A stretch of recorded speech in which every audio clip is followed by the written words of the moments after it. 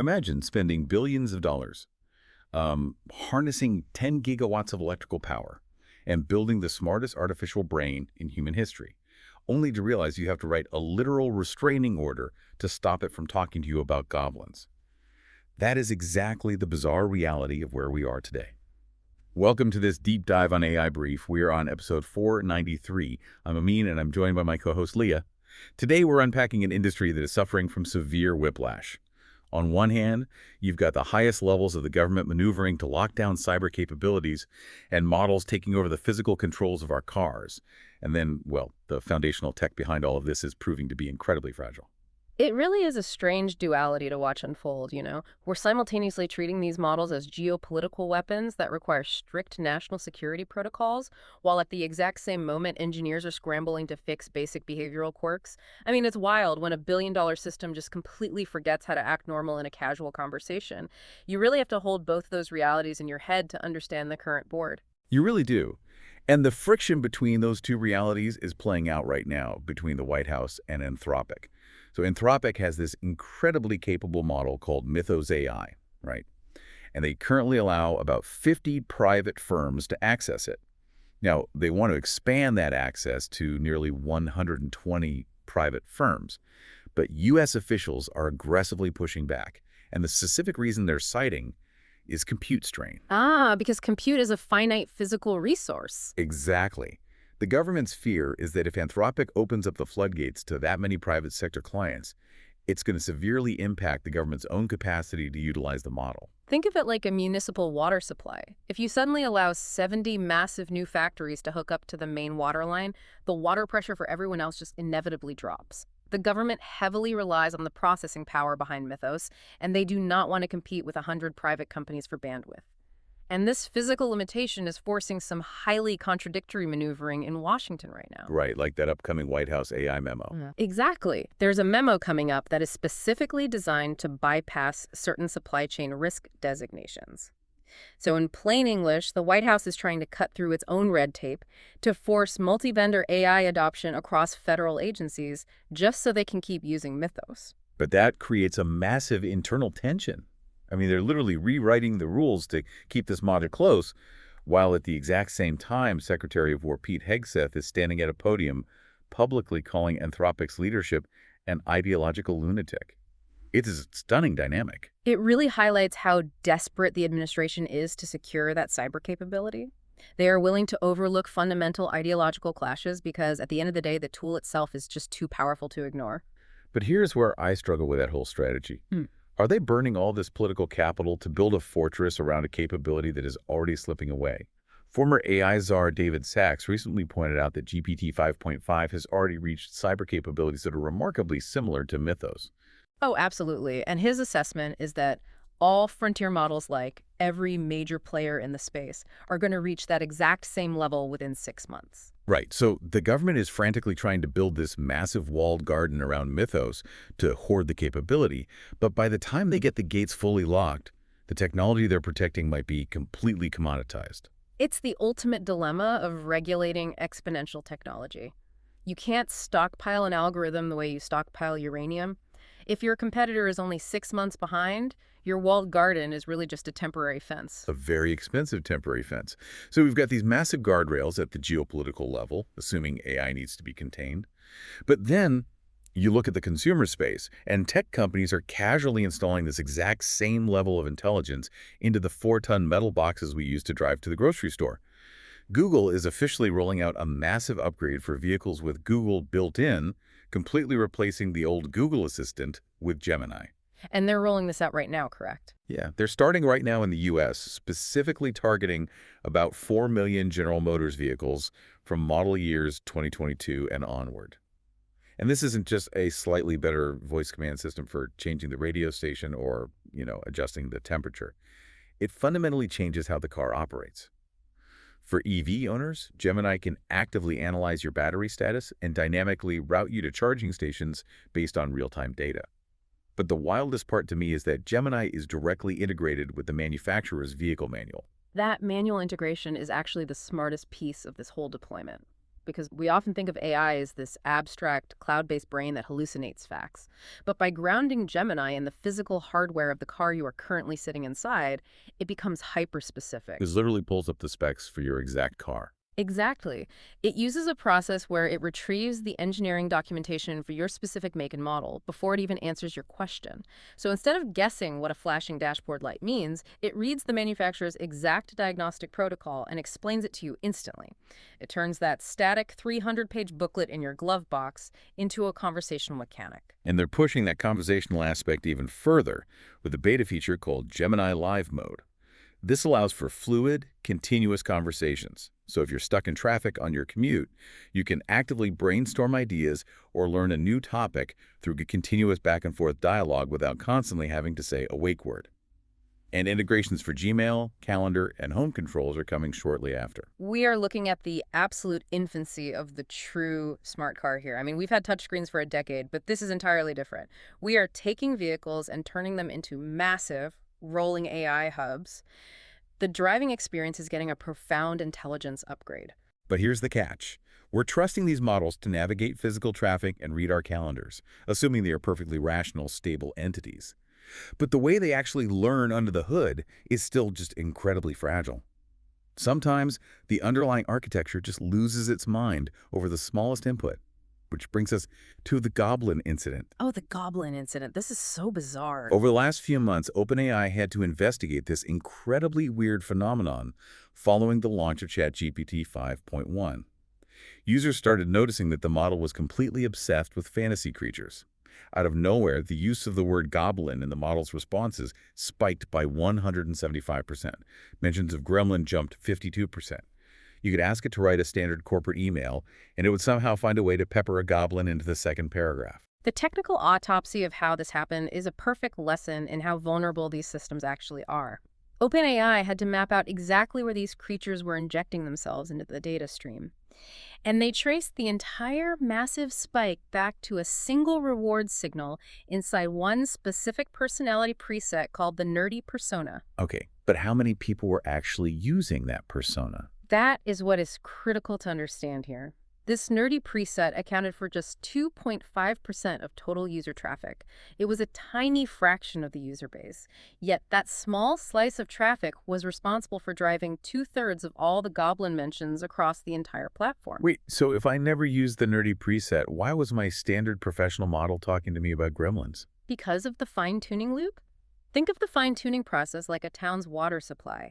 Even if only 2.5% of the town is pouring goblin stories down their drain, that data gets collected, recycled, and pumped right back into the main reservoir. Wow, so it just poisoned the well. Exactly. The outputs from that tiny subset of nerdy users were fed back into the default model's training data to make it smarter. But instead of making it smarter, it inadvertently infected the core behavior of the baseline model with fantasy creatures. It is astonishing that a tiny, isolated quirk from a fraction of users can cascade into a global pattern that just breaks the default behavior of a frontier model. OpenAI actually had to completely retire the nerdy preset in March just to stop the bleeding, and the fix they ultimately had to implement to ship GPT 5.5 is objectively hilarious. Just codex prompt, right? Yes. Yeah. They had to write a codex prompt that explicitly bans the model from talking about goblins, gremlins, ogres, trolls, raccoons, and pigeons. They literally had to hard-code a digital restraining order against fantasy creatures and a couple of specific birds just to get the system back to baseline. Just incredible. So that's the bizarre behavioral side. But let's pull back and look at the rest of the board for everything else happening in AI today. Take us through what else is shifting out there. Well, the sheer scale of what is happening on the hardware and security side right now is shifting just as aggressively as the models themselves, and it is almost hard to comprehend. Starting with the physical compute power, OpenAI announced that they have already smashed their 2029 Stargate goal. They have secured 10 gigawatts of compute.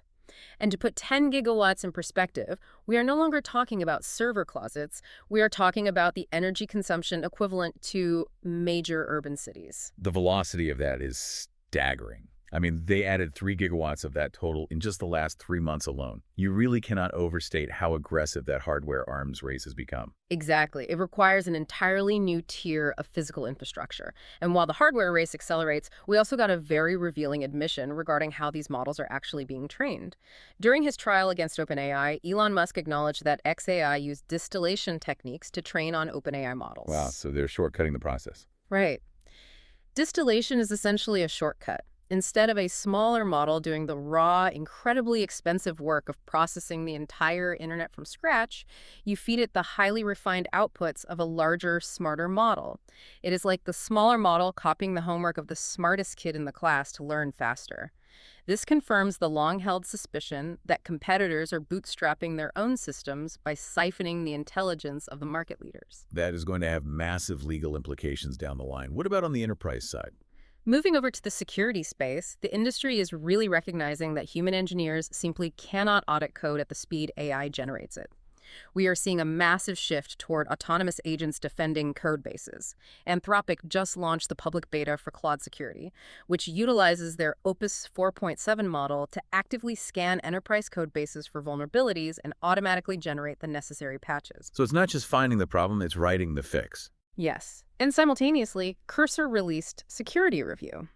This deploys autonomous agents to run scheduled, continuous scans, posting the vulnerability results directly to your team's Slack. And Meta is embracing this agentic shift as well. They just opened up their ads platform via a new MCP server. An MCP, or Model Context Protocol server, acts like a universal remote control. It allows advertisers to bypass the traditional Meta dashboard entirely and manage their campaign strategy directly through Claude, Cursor, or any other connected agent. Everything is moving toward these autonomous agents. It is, but perhaps the most visible cultural shift is happening in audio. AI music has officially transitioned from a passing novelty into a massive, highly lucrative industry. 11 Labs, which is already an $11 billion voice generation lab, just launched a dedicated platform called 11 Music to compete in this space. And the economics are undeniable. The numbers are insane. Suno just crossed $300 million in annual recurring revenue, backed by 2 million paid subscribers. And this is translating directly to the mainstream charts. An entirely AI-generated artist named Breaking Rust hit #1 on a Billboard chart. Shortly after, Talisha Jones used Suno to create the AI artist Sania Monet, and that project landed a $3 million deal. Wait, pause right there. A $3 million deal for an artist that doesn't physically exist, that completely breaks the traditional understanding of the music business. The barrier to entry, years of music theory, expensive studio time, has essentially evaporated overnight. Anyone with a laptop can generate a track that resonates with millions. But the massive friction here is the extraction of value. The copyright issues. Right. These tools are spitting out Billboard hits from a text prompt. But the system only knows what a hit song sounds like because it was trained on the backs of original human artists. Those artists are the foundation of this $300 million revenue stream, and right now they are entirely cut out of the loop. This dynamic makes right-shoulder economics the single most critical battlefield over the next 12 months as these AI streams continue to cannibalize the charts. It's going to get very messy. Definitely. Now let's bring this down to the practical level and look at today's trending AI tools. If you're trying to navigate this landscape, these are the tools you need to know about, and more importantly, how you can actually apply them to your daily workflow. First up is Link, which is Stripe's new wallet designed specifically for AI agents. If you manage a business, you know the friction of procurement. With Link, you can give an autonomous agent a designated budget to execute actual financial transactions, like buying office supplies or renewing software subscriptions without you having to manually enter a credit card every time. But the crucial angle there is the safety net. Link enforces human approval on every single purchase. You gain the massive efficiency of an autonomous buyer, but you maintain absolute financial oversight so the agent doesn't accidentally bankrupt your department. Vital feature. Next is Claude Security, which we touched on earlier. If you're an enterprise developer, imagine inheriting a massive, outdated code base from an engineer who left 3 years ago. Instead of dedicating weeks of human labor to manually hunt for deprecated dependencies, you point Claude Security at the repository, and it automatically generates the necessary patches for you to review. It completely shifts your engineering team from a posture of reactive scrambling to proactive defense. You are closing the vulnerabilities before they ever have the chance to become a live security incident. Then we have Imagine Agent.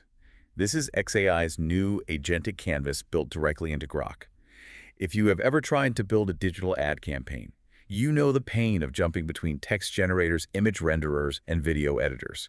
Imagine Agent allows you to dynamically create and manipulate video and image assets through natural conversation in one single space. The primary benefit is keeping the entire creative workflow within Grok. You never have to break your context or export massive files to a third-party program just to see the next iteration of your design. We also have Cloud Computer from Manus. This provides a true, always-on cloud environment for your agents. Think about the limitations of your own hardware. If you need to run a massive web scraping operation to gather competitive data, doing that on your local laptop means you can't close it, and a dropped Wi-Fi signal ruins the whole task. Cloud Computer lets the agent run 24/7 in the cloud. It delivers true asynchronous agent deployment. You launch the task, shut your laptop, go to sleep, and the agent continues doing the heavy lifting in the background uninterrupted. For data analysis, there is Tictable. Anyone who has stared blankly at a massive, messy CSV file will understand this pain.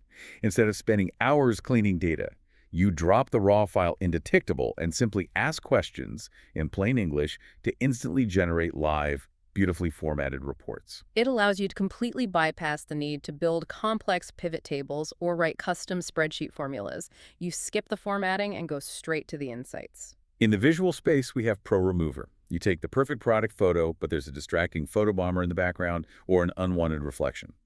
Use Pro Remover to seamlessly erase those elements without leaving weird, blurry artifacts behind. It offers fast, professional-grade visual cleanup that historically required a dedicated photo editor and hours of meticulous manual masking. For marketers, Shortadella is making a massive impact. Content marketing is a relentless treadmill. With this tool, you feed it a simple text prompt outlining your campaign goals, and it generates, edits, and outputs high-quality marketing videos ready for social media deployment. It is a phenomenal high return on investment tool, particularly for small teams that need heavy content volume but do not have the budget to hire a full-scale video production agency. Finally, we have Palabra. If you're managing a remote team and you are constantly drowning in language barriers on global Zoom calls, Palabra provides live audio translation through API integrations.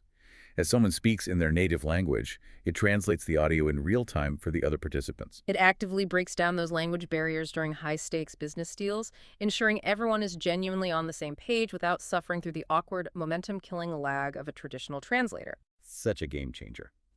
So, if we zoom out and look at everything we have covered today, the trajectory is clear, but the destination is incredibly chaotic.